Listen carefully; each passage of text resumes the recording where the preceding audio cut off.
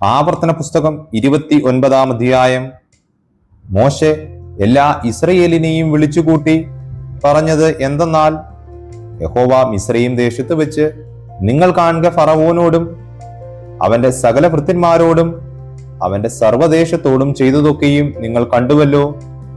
നിങ്ങൾ കണ്ണാലെ കണ്ട വലിയ പരീക്ഷകളും അടയാളങ്ങളും മഹാ അത്ഭുതങ്ങളും തന്നെ. എങ്കിലും തിരിച്ചറിയുന്ന ഹൃദയവും കാണുന്ന കണ്ണും കേൾക്കുന്ന ചെവിയും യഹോവ നിങ്ങൾക്ക് ഇന്നുവരെയും തന്നിട്ടില്ല. ഞാൻ 40 സംവത്സരം നിങ്ങളെ മരുഭൂമിയിൽ നടത്തി. നിങ്ങൾ ഉടുത്തിരുന്ന വസ്ത്രം ജീർണിച്ചിട്ടില്ല, കാലിലെ ചെരുപ്പ് പഴകിയിട്ടുമില്ല. യഹോവയായ ഞാൻ നിങ്ങളുടെ ദൈവം എന്ന് നിങ്ങൾ അറിയേണ്ടതിന് നിങ്ങൾ അപ്പം തിന്നിട്ടില്ല, വീഞ്ഞും മദ്യവും കുടിച്ചിട്ടുമില്ല.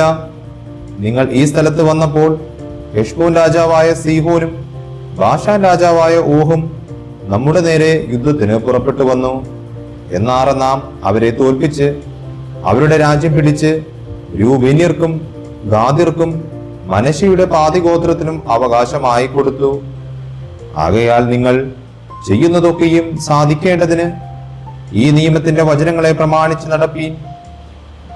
ഇന്ന് നിങ്ങളുടെ ഗോത്രതലവന്മാരും മൂപ്പന്മാരും പ്രമാണികളും ഇസ്രയേൽ പുരുഷന്മാരൊക്കെയും തന്നെയും നിങ്ങളുടെ കുഞ്ഞുങ്ങൾ, ഭാര്യമാർ, നിന്റെ പാളയത്തിൽ വിറക് കീറുകയും വെള്ളം കോരുകയും ചെയ്യുന്ന പരദേശി എന്നിങ്ങനെ എല്ലാവരും നിന്റെ ദൈവമായ യഹോവ നിന്നോട് അരുളി ചെയ്തതുപോലെയും അബ്രഹാം, ഇസ്ഹാക്ക്, യാക്കോബ് എന്ന നിന്റെ പിതാക്കന്മാരോട് അവൻ സത്യം ചെയ്തതുപോലെയും ഇന്ന് നിന്നെ തനിക്ക് ജനമാക്കേണ്ടതിനും താൻ നിനക്ക് ദൈവമായിരിക്കേണ്ടതിനും നിന്റെ ദൈവമായ യഹോവ ഇന്ന് നിന്നോട് ചെയ്യുന്ന നിയമത്തിനും സത്യബന്ധത്തിലും പ്രവേശിപ്പാൻ അവന്റെ സന്നിധിയിൽ നിൽക്കുന്നു.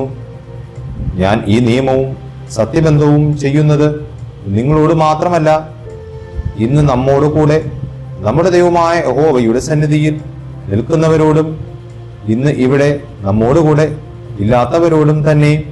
നാം മിസ്രയീം ദേശത്ത് എങ്ങനെ പാർത്തു എന്നും നിങ്ങൾ കടന്നു പോകുന്ന ജാതികളുടെ നടുവിൽ കൂടി എങ്ങനെ കടന്നു എന്നും നിങ്ങൾ അറിയുന്നുവല്ലോ. അവരുടെ മ്ലേച്ഛതകളും അവരുടെ ഇടയിൽ മരവും കല്ലും വെള്ളിയും പൊന്നും കൊണ്ടുള്ള വിഗ്രഹങ്ങളും നിങ്ങൾ കണ്ടിട്ടുണ്ട്. ആ ജാതികളുടെ ദേവന്മാരെ ചെന്ന് സേവിക്കേണ്ടതിന് ഇന്ന് നമ്മുടെ ദൈവമായ യഹോവയെ വിട്ടുമാറുവാൻ മനസ്സുള്ള യാതൊരു പുരുഷനും സ്ത്രീയും യാതൊരു കുലവും ഗോത്രവും നിങ്ങളിൽ ഉണ്ടാകരുത്. നഞ്ചും കയ്പുമുള്ള ഫലം കായ്ക്കുന്ന യാതൊരു വേരും അരുത്. അങ്ങനെയുള്ളവൻ ഈ ശാപവചനങ്ങളെ കേൾക്കുമ്പോൾ വരണ്ടതും നനവുള്ളതും ഒരുപോലെ നശിക്കേണ്ടതിന് ഞാൻ എന്റെ ഹൃദയത്തിന്റെ കാഠിന്യപ്രകാരം നടന്നാലും എനിക്ക് സുഖമുണ്ടാകുമെന്ന് പറഞ്ഞ് തന്റെ ഹൃദയത്തിൽ തന്നെ താൻ അനുഗ്രഹിക്കും. അവനോട് ക്ഷമിപ്പാൻ യഹോവയ്ക്ക് മനസ്സ് വരാതെ യഹോവയുടെ കോപവും തീഷ്ണതയും ആ മനുഷ്യന്റെ നേരെ ജ്വലിക്കും. ഈ പുസ്തകത്തിൽ എഴുതിയിരിക്കുന്ന ശാപമൊക്കെയും അവന്റെ മേൽ വരും. യഹോവ ആകാശത്തിന് കീഴിൽ നിന്ന് അവന്റെ നാമം മായ്ച്ചു കളയും. ഈ ന്യായപ്രമാണ പുസ്തകത്തിൽ എഴുതിയിരിക്കുന്ന നിയമത്തിലെ സകല ശാപങ്ങൾക്കും തക്കവണ്ണം യഹോവ ഇസ്രയേലിന്റെ സകല ഗോത്രങ്ങളിൽ നിന്നും അവനെ ദോഷത്തിനായി വേർതിരിക്കും.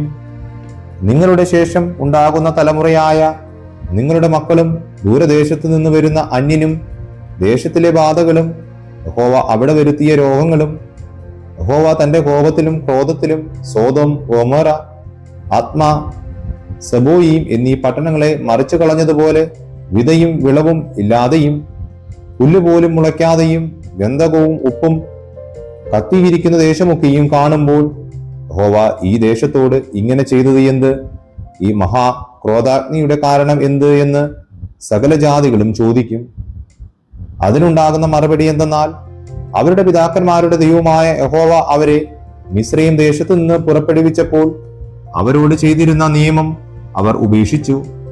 തങ്ങൾ അറിയുകയോ തങ്ങൾക്ക് നിയമിച്ചു കിട്ടുകയോ ചെയ്തിട്ടില്ലാത്ത അന്യദൈവങ്ങളെ അവർ ചെന്ന് സേവിക്കുകയും നമസ്കരിക്കുകയും ചെയ്തു. അതുകൊണ്ട് ഈ പുസ്തകത്തിൽ എഴുതിയിരിക്കുന്ന ശാപമൊക്കെയും ഈ ദേശത്തിന്മേൽ വരുത്തുവാൻ തക്കവണ്ണം യഹോവയുടെ കോപം അതിന്റെ നേരെ ജ്വലിച്ചു. യഹോവ കോപത്തോടും ക്രോധത്തോടും വലിയ വെറുപ്പോടും കൂടെ അവരെ അവരുടെ ദേശത്തു നിന്ന് പറിച്ചു കളയുകയും ഇന്നുള്ളതുപോലെ അവരെ മറ്റൊരു ദേശത്തേക്ക് തള്ളിവിടുകയും ചെയ്തു. മറഞ്ഞിരിക്കുന്ന കാര്യങ്ങൾ നമ്മുടെ ദൈവമായ യഹോവയ്ക്കുള്ളവ അത്രേ. വെളിപ്പെട്ടിരിക്കുന്നവയോ നാം ഈ ന്യായപ്രമാണത്തിന്റെ സകല വചനങ്ങളും അനുസരിച്ചു നടക്കേണ്ടതിന് എന്നേക്കും നമുക്കും നമ്മുടെ മക്കൾക്കും ഉള്ളവയാകുന്നു. ആമേൻ.